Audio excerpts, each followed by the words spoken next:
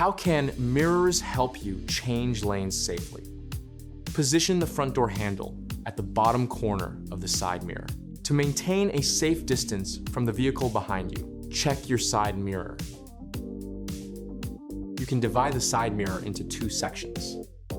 When the car behind moves into the right section of the mirror, you can safely move into the next lane.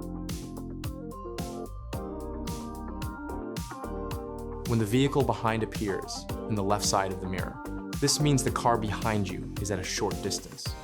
Avoid changing lanes in this situation. Give priority to oncoming vehicles. How to pass a truck safely and correctly. Avoid overtaking a truck when you are too close behind it. Before overtaking, keep a safe, following distance behind the truck.